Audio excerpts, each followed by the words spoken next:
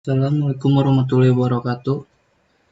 Perkenalkan, nama saya Ahmad Fauji dengan NIM 104161009. Di sini saya akan mereview judul tugas akhir saya yang berjudul Rumah Singgah Sehat Bandung dengan dosen pembimbing Putri Widianti Natalia STMT. Langsung saja ke materi pembahasannya. Latar belakang. Di sini rumah singgah sehat fasilitas menginap bagi pasien yang kurang mampu. Kedua, rumah singgah sehat sarana tempat singgah bagi pasien yang datang dari luar kota yang menunggu antrian berobat atau rawat inap di Rumah Sakit Hasan Sadikin Bandung. Yang ketiga, Rumah Sakit Hasan Sadikin Bandung menjadi pusat rujukan BPJS di Jawa Barat. Lanjut, ada identifikasi masalah. Sebagian besar pasien dan keluarga pasien Rumah Sakit Hasan Sadikin Bandung yang datang dari luar kota yang menunggu antrian berobat atau rawat inap, biasanya mereka memilih menunggu atau menginap di koridor rumah sakit dengan jadwal pengobatan yang tidak pasti. Karena sebagian pasien dan keluarga pasien Rumah Sakit Hasan Sadikin Bandung merupakan keluarga dari kurang mampu, sehingga mereka tidak mampu untuk menginap di apartemen maupun hotel. Lalu ada maksud dan tujuan. Di sini maksud dari perancangan Rumah Singgah Sehat Bandung adalah sebagai fasilitas untuk pasien yang mendapatkan rujukan, yang sedang menunggu antrian untuk berobat atau sedang menjalankan berobat jalan maupun berobat inap. Dan tujuannya adalah merancang sebuah rumah singgah sehat dengan berbagai fasilitas yang bisa dimanfaatkan bagi pasien dan keluarga pasien yang kurang mampu selama menunggu antrian berobat atau sedang berobat jalan atau inap dari berbagai macam penyakit yang diberi rujukan ke Rumah Sakit Hasan Sadikin Bandung yang datang dari luar kota. Lalu ada deskripsi singkat proyek. Di sini judul proyek adalah Rumah Singgah Sehat Bandung dengan tema Biophilic Design, jenis proyek fiktif, konteks proyek Rumah Singgah Sehat Bandung, peruntukan lahan adalah fasilitas menginap bagi pasien dari luar kota yang kurang mampu. Pemilik proyek adalah UPTD, Fasilitas Rehabilitas Sosial Bina Karya Bandung, sumber dana APBN Kota Bandung. Dan lokasi saya memilih di Jalan PH Mustafa nomor 46 Cikotra, Kecamatan Cibenying Kidul, Kota Bandung. Dengan luas lahan kurang lebih 10.400 meter persegi dan keterangan lahan sebagian besar lahan kosong dan ada gudang. Lalu akses angkot dari Terminal Cahem ke Terminal Ciroyong. Jarak ke RSUD Hasan Sadikin Bandung berjarak 51 km dengan waktu tempuh kurang lebih 16 menit. Lalu pemilihan lokasi site. Di sini lokasi site yang dipilih untuk rumah singgah ini memilih site yang berlokasi di Jalan PH Mustafa nomor 46 Kota Bandung. Pertimbangan memilih lokasi site ini karena jarak ke rumah sakit rujukan cukup dekat dan dilalui dengan kendaraan umum seperti angkot dan serta dekat dengan kantor BPJS Kota Bandung. Maka jika pasien dan yang sedang berobat, maka bisa mengurus BPJS jika belum memiliki kartu tersebut untuk membantu dana untuk berobat ke rumah sakit rujukan. Lalu ada peraturan lahan.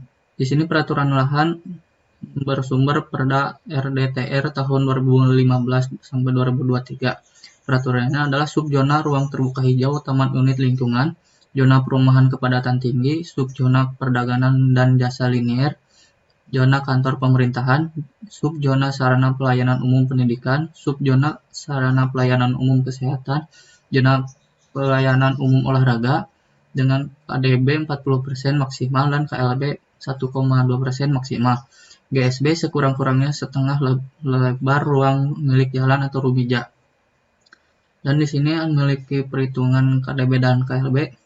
Yang pertama KDB.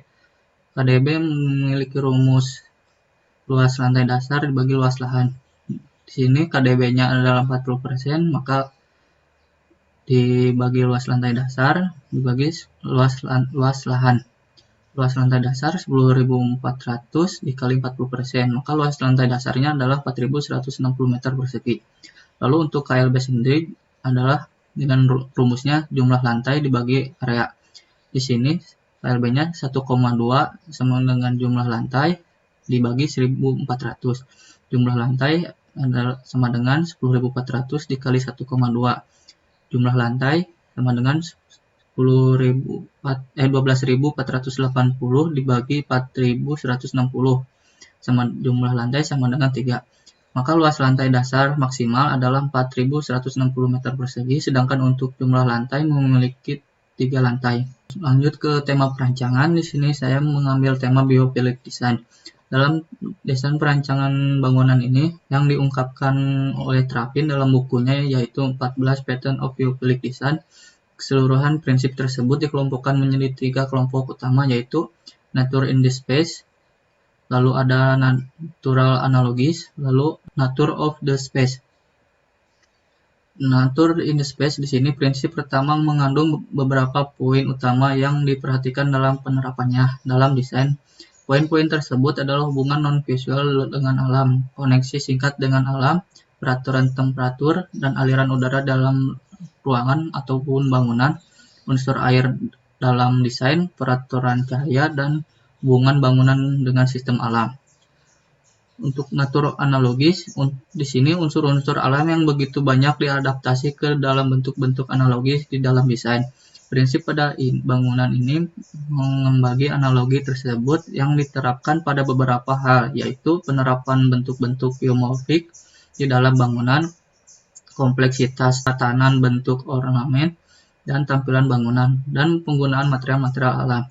Untuk nature of the space sendiri, prinsip yang ketiga menerangkan tentang kualitas ruang, yaitu bagaimana di dalam sebuah ruang bangunan dapat merasakan perasaan ketika di dalam ruangan. Prinsip ini meliputi prospek, yaitu sebuah kesan pemandangan yang leluasa, sub perasaan terlindungi dari gangguan, mastery, yaitu keterbatasan informasi yang diberikan dengan jelas guna menarik jasa ingin tahu dari pengguna, dan risk untuk faktor risiko yang di dalam ruangan. Lalu masuk ke konsep rancangan. Di sini konsep rancangan saya merupakan hasil interpretasi dari tema biophilic design. Pemilihan konsep ini agar bisa terfokus dalam perancangan agar dapat menciptakan lingkungan yang dapat mempercepat penyembuhan pasien.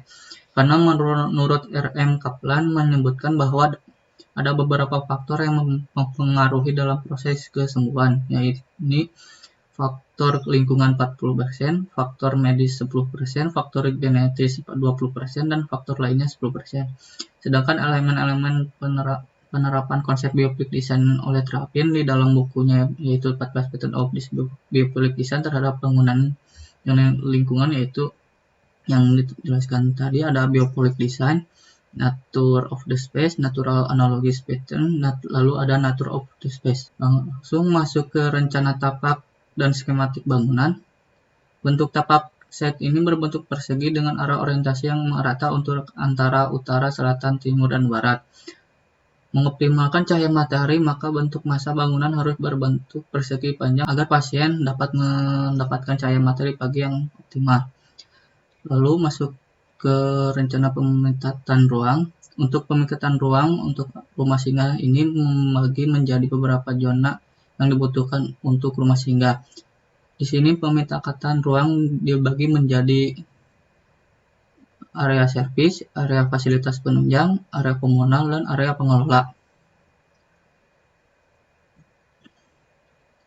Lalu masuk ke gubahan massa. Gubahan massa di sini memiliki bentuk yang menyikapi dengan site karena penerapan nature of the space, di mana ketika pertama masuk ke dalam lokasi site ini terlihat visual dari bangunan yang belum terlihat sebelumnya, di mana hal tersebut akan menjadi terkesan bagi mereka yang berkunjung ke sini. Lalu dalam bentuk massa ini dapat menciptakan kesan rasa ingin tahu yang tinggi karena sebelumnya telah merasakan dan melihat visual dari luar. Maka dalam satu urutan ruang akan saling terhubung agar visual dapat terbangun pada saat sebelumnya ketika masih di luar. Lalu ini kedekatan ruangnya. Kedekatan ruang di sini adalah antara parkir, lobby, terus zona servis, zona komunal, lalu ada ruang pengelola, lalu ada ruang musola, lalu ada ruang utilitas. Demikian dari pemaparan sidang preview 1 ini. Terima kasih atas perhatiannya. Wassalamualaikum warahmatullahi wabarakatuh.